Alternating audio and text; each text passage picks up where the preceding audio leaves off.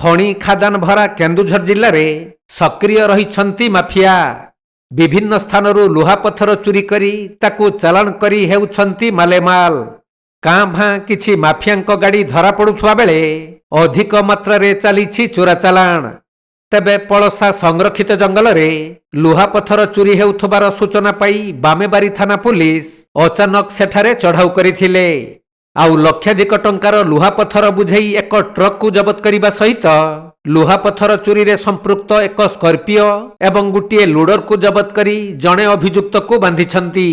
ହେଲେ ପୁଲିସକୁ ଦେଖି ଅନ୍ୟମାନେ ଫେରାର ହୋଇଯାଇଥିବା ବେଳେ ପୂର୍ବରୁ ପିଢ଼ପୋଖରୀ ଓ ନୟାଗଡ଼ ଆଦି ସ୍ଥାନରେ ପୁଲିସ ଚଢ଼ାଉ କରି ଚୋରା ଲୁହାପଥର ସହ ଗାଡ଼ିକୁ ଜବତ କରି ଏଥିରେ ସମ୍ପୃକ୍ତ ଅଭିଯୁକ୍ତଙ୍କୁ ଗିରଫ କରିଥିଲେ।